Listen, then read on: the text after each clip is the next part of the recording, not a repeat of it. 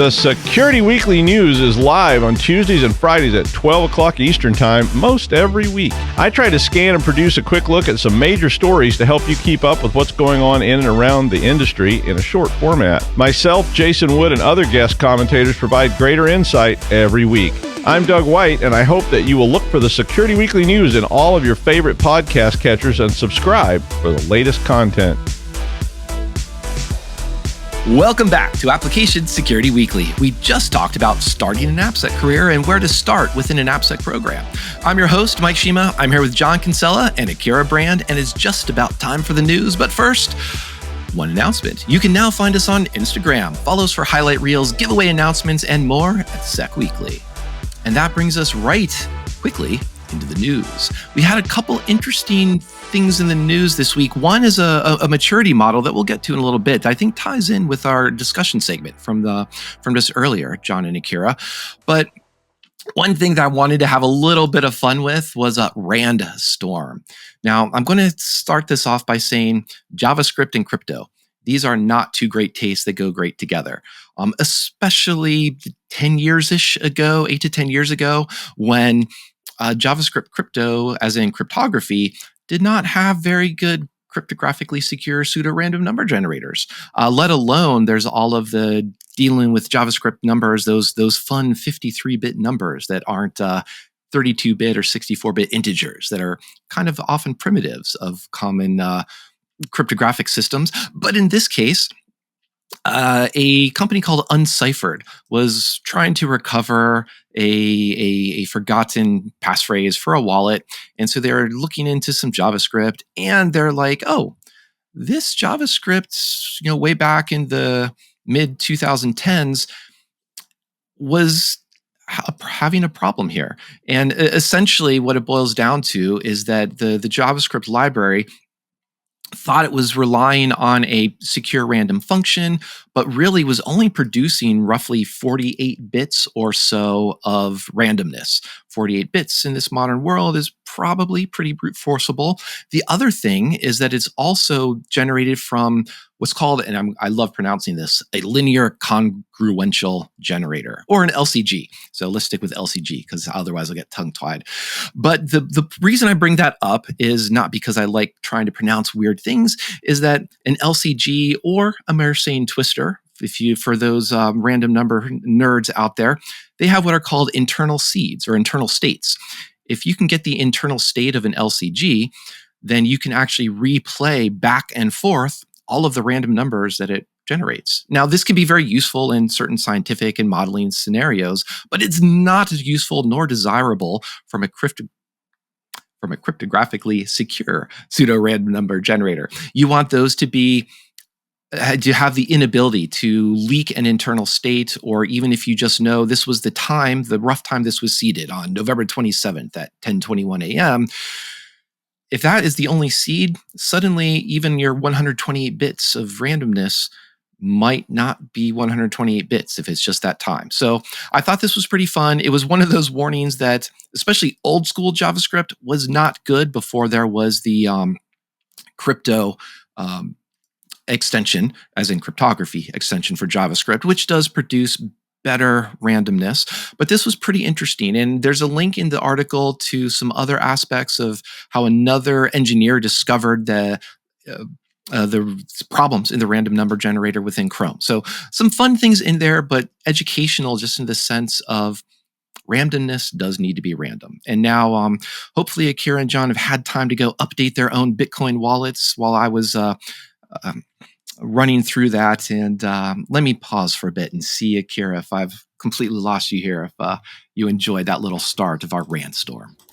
I loved it. I just Googled linear congruential generator.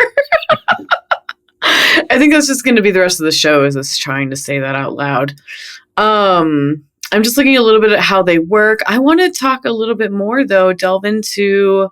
You said what were the things they had inside of them that you could reverse and then get the it's their readouts? internal state. So, for example, Mersenne Twister, I think was 128-bit internal state, which is quite a bit to brute force.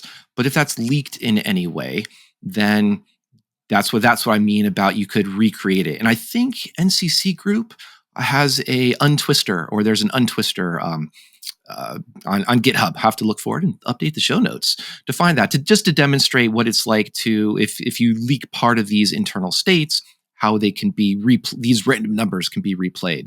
But I think one of the other things, I'll just maybe to put a final point on this, is the write-up does show the ever applicable XKCD cartoon about, this one little thing worked on by one small group that's supporting a large project, which I think is a great cartoon. But in terms of cryptography, especially, or systems that are handling money or things like money, like Bitcoin, this shouldn't be a small team in Nebraska. This should actually be a project that has had security review, that has had AppSec review. And even with the browsers, this was a problem within the browsers themselves. Those were missed by a lot of the browser developers. They were sort of passing along the institutional knowledge of, we think this is how random numbers are generated randomly. They look random. Let's just keep going with it. And good enough for me. You know what's interesting on the other thing? Just take a step back on this one, Mike. I seem to be taking a lot of steps back today, but the thought that crosses my head is, this is a good example for maybe this is a good example for not wanting to use a library that is so, a language or a library, either way, that is so cross-platform. Whoever created this, they are never thinking it was going to be used for, cache and digital wallets, I'm guessing, the random library. And like that's that thing. It's like, if you're using something that the beauty for people who are on that side of the fence say, hey, we can write the same language for the server side as well as the client. But if you're using something which was designed for a client side and you're still using it for heavy compute or something on the server side, maybe not so much. So yeah, I don't know. I think it's at least having a think about that, but I doubt I'm going to change any minds. Perhaps not going to change any minds. You might change some minds about certificate handling, because this was from Rivian, which the original title was a software update that was likely going to require physical repair. Fortunately, the engineers did come up with a purely software-based workaround, so good for them. But essentially, this was the infotainment system went through an update that essentially broke their security certificates. This is not uncommon. We've seen broken certs in many places over the years. And once you do that, it's a little bit of chicken and egg. How do I update my system that needs to have some integrity and authentication for the system that needs to get the update from? And if your cert is broken, that's not good. I think the only angle that I wanted to pull out of this for me was, I did like the idea that this is the infotainment system that was broken. It's not like the drive or the control of the car. Now, and the reason there's more of just kind of a rhetorical question or curiosity in the sense of how much there's a separation of the CAN bus from the infotainment system, that type of thing. Or, we talk about in principle, I can get into the infotainment, therefore I could take over and crash the car. These are very quick hand-wavy types of comments that are like, well, is that really possible? Let's talk through that. There's some threat modeling here. There's some security design that might block that. At least I would hope so. But I haven't looked into Rivian, so I can't say other than just speaking in generalities here. Back on the concept of using known libraries or not reinventing wheels or that type of thing, I think it's interesting to think about. Rivian is one of these companies that is not using Apple's CarPlay. And they're, Apple fanboy here, but from my point of view, I won't buy a Rivian because I can't use my setup the way I want in it. But so the reason these the reason these automobile companies are doing it is because they want to own and keep control over that dashboard and be able to have their stuff on it, not give it up to Apple, which I get the business aspect. But part of the result of that is now you have to have 3 or 4 different car companies that are all rewriting this stuff themselves. And this probably isn't the last time we're going to see something like this. Probably not. And I did want to give a quick shout out to, I got that from 404 Media, which we don't talk too much about, the sources of where we get a lot of our articles from. But this is a relatively new one that has some journalists that have been following over the years. And I just want to give a shout out to them and a thumbs up for people to go subscribe and support them too. They've got some really neat articles there. But Akira, I think you had one final comment on that before we move Oh yeah, on. I just wonder how long it's going to be until it's regulated that like they have to allow like Apple CarPlay or something like that. Like there has to be some kind of, I don't know, some kind of congruency between how these are all at least being built. Like it kind of reminds me a tiny bit of when the iPhone first came out, and then we had the Android and all this stuff, and we had all these different chargers, right? And only recently is like you have to use USB-C, guys. Like you cannot do proprietary chargers for your devices so that you can make more money. And I kind of wonder if this is a similar thing. And if so, if we're going to see regulation around that in the next 10, 15 years. Be curious that there already is some regulation around IoT that's been pushed forward. Don't know about cars. We'll see. But you did bring up interoperability between, for example, are you a blue iMessage or did you show up as green because you're talking to your Android friends? And RCS is another standard that Apple seems to be tentatively saying that they have a roadmap to move towards and support, which would be interoperability between Android and iPhone for that matter. But I also pulled up another article about Nothing Chats, this Sunbird. This was ostensibly an app that would do end-to-end encryption that would bridge that gap between these Apple and Android devices. But already there's a little bit of what? How are we? What's the term? Are we using end-to-end encryption to just mean HTTPS? And oh, dear listeners, if you read this article, it's not even HTTPS at a couple points. There is just a lack of encryption all around, which really just makes me wonder, how does an app in the modern day and age be built like this and get through a simple security scan for the app stores, let alone get users to adopt it? Because what's interesting here, two more quick comments, and I'll throw it over to you two, is that this company actually did have an ISO 27001 certificate. They had done their security review. They could demonstrate that they had some processes. Now, I don't want to just fall into the cliche of compliance is not security, because you could have this, the 27001 can just say you have a process that you follow it. It doesn't say that you are secure or you take security seriously. It just says you take your process seriously. So I wanted to point that out. And another thing of just some very basic, this is a company that needed to hire Akira, have that additional AppSec person, just some mistakes around JOTs, JWTs that they're signed. They're not encrypted, or even if they were signed or encrypted, if you can replay a JOT, then you can get into someone else's information, especially if that information is stored unencrypted and not end-to-end encrypted, period. So there was a lot of things that just went wrong here. Remember what I was saying about half an hour ago about startups not really working on the security part initially in their apps? Yeah. Oh, Yeah. Well, it was fun while it lasted. Thing. Yeah, 10 out of 10. No notes. But that brings us to a couple other articles. There was trying to pull into then talk about some security audits. So PyPI went through its first security audit with a trail of Brits. I think they might have a Brit or two, but it is actual bits, as in bits and bytes. They're working there. And so this was just nice in the sense of, we see these package managers, these platforms, they should be having this type of work.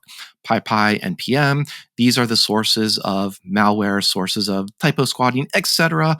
So just seeing some maturity coming into them of doing security audits, requiring MFA, even better, requiring FIDO keys or that type of strong authentication for package managers and submitters, seems to be the good direction that they're going in. So thought I'd pull that off. Reading through security audits can also be pretty informative if you want to learn, figure out what are other people testing, how they're testing. To me, there wasn't something that was a big thing to pull out from here. So I may roll over onto something else, John, that you had pulled out a little bit again on the hardware side. So we got some Rivian cars on some big hardware to some small, tiny fingerprint readers on the smaller end of the spectrum here. Yeah. One quick comment on the PyPI thing, or PyPI. PyPI launched in 2003, and they're just now doing their first security audit. This comes back to some of the things we've been talking about, like the when do you do this? When do you get big enough? Why did they choose to do it this year? I haven't read the write-up. I would hope Trailbits is their write-ups are good, so I'd imagine they'd have some sort of comment in there about why they were engaged. But yeah, anyways, it's the theme is ongoing. Yeah. So I don't have the article in front of me, but what happened here, this is interesting. So Microsoft actually reached out to a company and asked them to, I do have the article in front of me, Blackwing Intelligence reached out to them and said, hey, can you take a poke at the security of these fingerprint readers on, I think it was Dell, Lenovo, and Surface laptops, Microsoft Surface. And just see, what does this pass this, not the sniff test, but like sort of, yeah. And what they found was some interesting things. So the security of the design of the fingerprint reader itself is decent from the point of view that you're doing they are doing the fingerprint match on chip. So it's not storing your fingerprint data somewhere else or your vectors or however they're doing it. But once that leaves the little fingerprint module and goes to the rest of the computer, say, yeah, this person's good or bad. In one case, that was just not encrypted at all. It's plain text.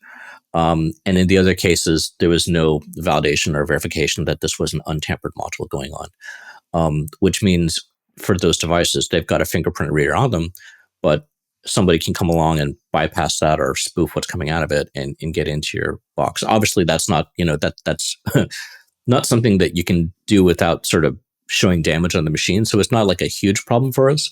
But the end thing is, if someone wants to get into your laptop, if they have it, it's not going to be super difficult. So brought it in there, besides just the interestingness of that, to think through, like, when we design things, don't just look at the security of that single piece of, could be a random number generator in JavaScript, but how's it going to be used and what does the end-to-end path look like? And is, we talk about the weakest link, and that little cable coming out of the fingerprint reader tends to be it in this particular case.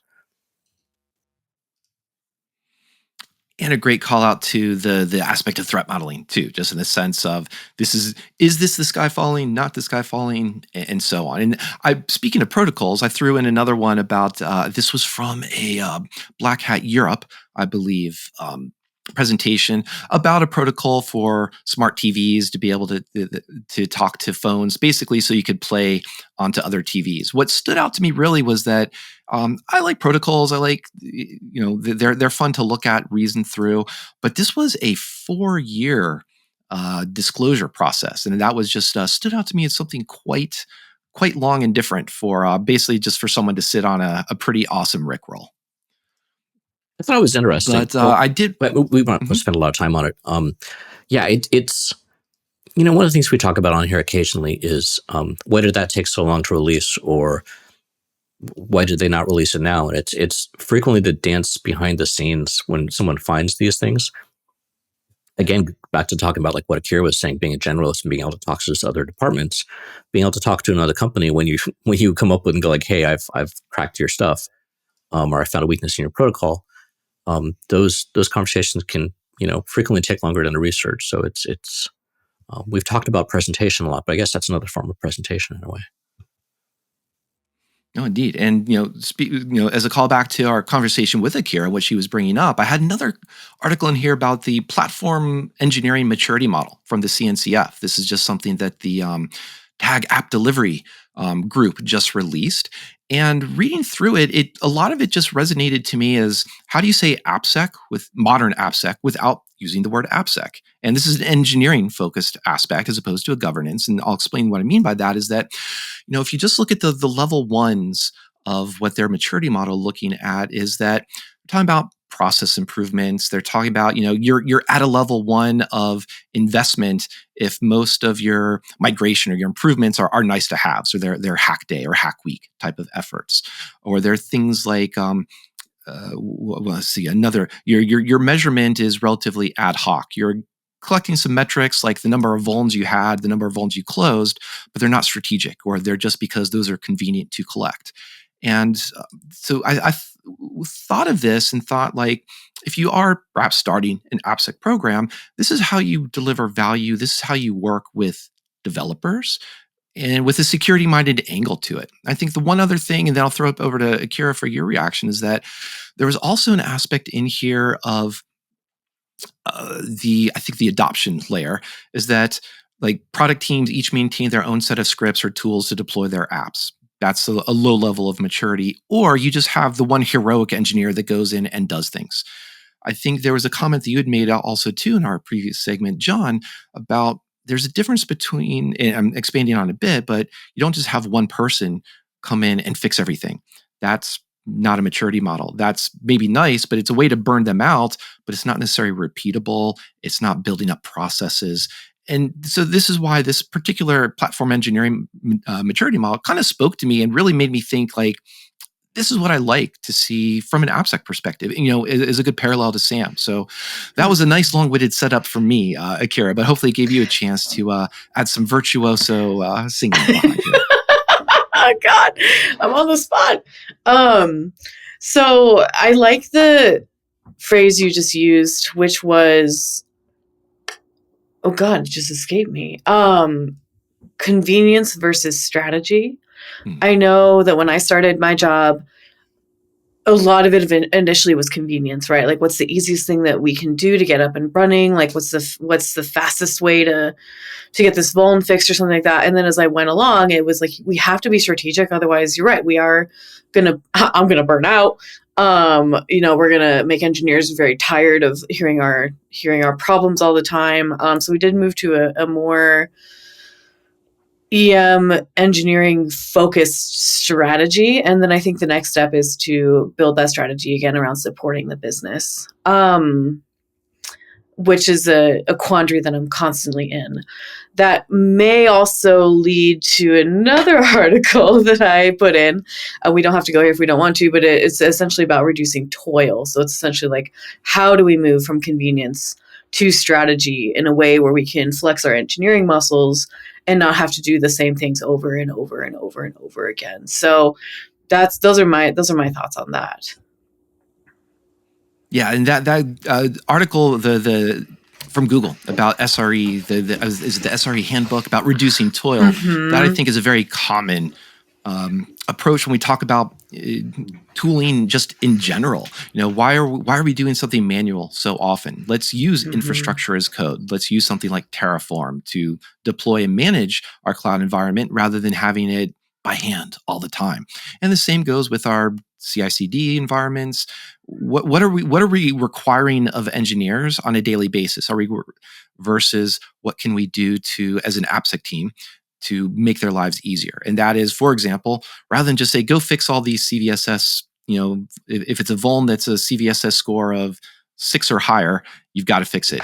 Mm-hmm. That's a lot of toil there. Maybe there's something better like a Dependabot style of solution where the GitHub just says, by the way, you're behind on a patch version, on a point version for a major or minor semver.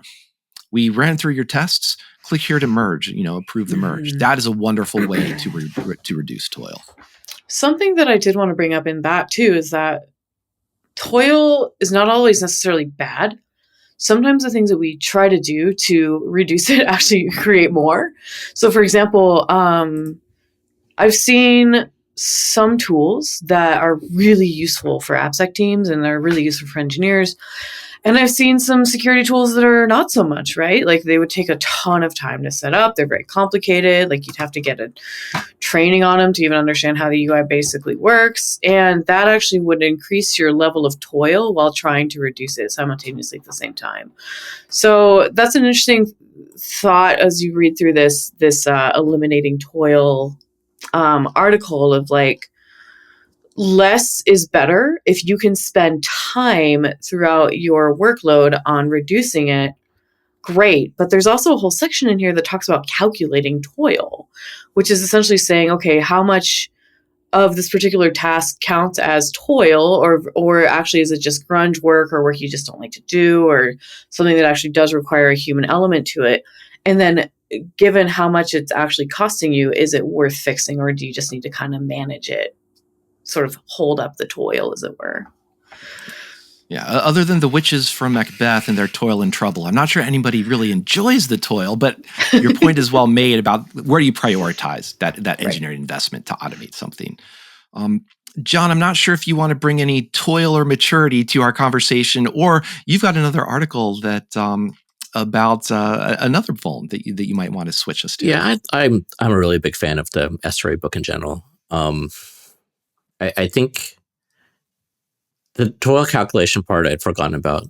But I think that's, there's multiple ways to have these conversations. It's sometimes you need to go back. If you're in an organization that really sort of loves data and wants to see numbers for everything, then being able to do a, math like that or show it in a model into a spreadsheet, or maybe even tie it into your ticketing system. That could be sort of interesting. But anyways, yes, Tavis Armandi is at it again, and the friends at Google. So the time they have found something they're calling Reptar, which is a bug in modern Intel CPUs. And it's an interesting one. So it's just to sort of level set the sort of severity of this whole thing. Intel's marking it as a CVSS 8.8. No, I don't remember which version of CVSS. But what's interesting about this, there's no, so well, I'll walk through it and I'll get to the stumbling part here. But so what's going on is in your x86 instruction set or your opcodes, there are some instructions, the way that the CPU sort of interprets those and executes them, if it sees part of it which it doesn't know what to do with or just isn't necessary, it just ignores it and executes the rest of the opcode. So what this means is this allows you to prefix some of your instructions. It can be used for a valid reason. So the example they're giving in here is in your compiler, if you're trying to byte align your code so that it's quicker to load into the system, you can actually throw like some just junk opcodes in front and they won't execute. Okay, cool, that's fine. Moving along in time, when these CPUs started adding some instructions to try and, or not instructions, adding microcode, actually, not instructions, but something inside the CPU to speed up, say, like a string copy. It's instead of actually, you want to be able to repeat. So in other words, move these bytes around or copy these bytes around, but do it for this whole string, not just for like one thing. When they were adding the functionality for that, they've somehow enabled the execution or the attempts to execute these opcodes, which had previously just been space fillers. And they found this when they were fuzzing this summer. And so what they're seeing out of that is they're seeing the application, their test bench applications start to crash or do weird things.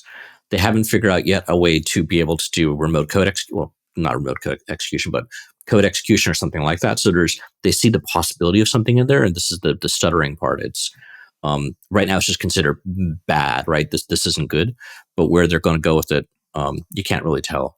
So Intel's released microcode patches for it. We don't know what's going on inside that microcode or inside the CPU, so it's sort of a black box where they can't debug this and see what's going on.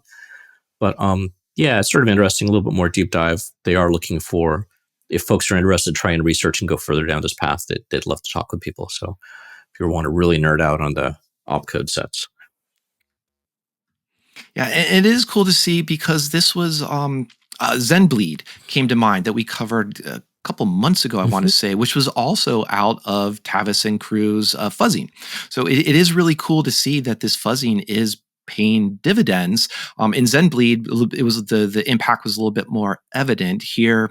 Just as John was saying, they're still looking for additional research and curiosity here. But I think the other note is that to add in all these types of CPU problems, the solutions tend to be performance impacts. So it's going to slow down the CPU, which in the, call it the modern day of, cloud-based computing type of thing, you can tie CPU to cost. If you need to spin up another 2, 3, X number of instances, that's just cost here. So I think, and I wanted to highlight that because it's so rare that we're able to have an impact that's a little bit more tangible towards money, as opposed to just, oh, this is a CVSS V3, V4, V6 million score. Who knows? That's what I was thinking of as you were giving us a great insight into what that. Really briefly, it's just something for folks to think about around that. I've got a HPC background, high performance computing. I've been talking with some of my HPC buddies recently. And the thing is, as you scale up a cluster, if you're doing HPC, so think like 10,000 node systems, right? Like large government type working on nuclear modeling. As you scale that thing up, you start running into networking issues, right? So how the most efficient way you build that network isn't just a star design of Ethernet. It's like they've got all sorts of fancy different things. Like look up like a Dragonfly network is one of them as an example. But So the point being here, sometimes in some models, you can't just throw an extra CPU at it, or it depends on how parallelizable that code is. So it's interesting. A lot of it, I think the same way you do, is like, that's another instance that's like 2 clicks of a mouse. But for some folks, it's a lot more difficult than that. And I wanted to end us on a one article here. Thank you, John. I was trying to think of a good segue. Sorry. I ran out of steam there. Because here's an article about the Rust specification, which actually we had mentioned on the last episode, where I was surprised that Rust did not actually have a formal specification for their language. And we're going to have a guest in 2 weeks talk about RFCs. So this seems like a good bridge between those worlds, because the Rust specification, they want to have a formal specification for it, which would be useful to talk about, well, what happens with undefined behaviors? What should be undefined? What shouldn't be undefined, because that's very important for compilers, for runtime behavior. And it also ties, I think, a little bit into what you were talking about at the very beginning, Akira, just in that sense of the communications or the interaction. You're talking with engineers, understanding, what are they working on? And here is a sense of documentation that's useful to them, documentation that's valuable. So we talked over this year, we've had a couple discussions with guests about presentations, just communication skills. And John, you and I talked a little bit about documentation, how much goes into code, about code, etc. What's useful, what's not useful. So I thought this would just be another way to plant that seed for some future conversations. Yeah. I mean, I'm always wondering how to document stuff for my devs so that it's actually useful to them and not just like me getting overexcited about a security topic. So that'll be definitely interesting to get some tips on that. Well, once you get excited about security topics, bring those to us and we'll get excited with you, because that's always fun to hear. Perfect. So then we've got Akira excited about some security topics. John, is there anything exciting about RFCs or documentation that we can leave our listeners with a cliffhanger about here? Ooh. Not a good face there. John, you have to sing it. No. Yeah, this. So it's funny. It's my initial reaction to that statement is like, no, yeah, the face showed it, but like I've spent so much time reading RFCs, it's something I actually really enjoy. You have to. I think we're looping right back to where we started, right? It's like, I have to have a reason to read an RFC. Or back in my Unix days, I'd read man pages, right? I used to know Bash really well, but like I'd go in like on a nerd Friday night, like spend half an hour like reading the Bash man page. And I think you have to be in the right position to need that. Not everyone's going to read the Rust language specification, but once that document exists, it'll probably help out quite a lot of folks. So yeah, these things are important. Now, I will leave it with that. It is. And I Have to Have a Reason to Read is an upcoming number from the ASW musical that gives the character motivation for John Kinsella. So stay tuned in 2024, listeners, when we finally get that released onto TikTok, probably. But with that silliness aside, thank you, Akira. Thank you, John, for joining me. Thank you, everyone else, as well. Please do subscribe, hit or smash that like button, depending on what generation you're from. Check out the show notes. And speaking of all things music, check out Another Night from Phaserland. We'll see you next time on Application Security Weekly.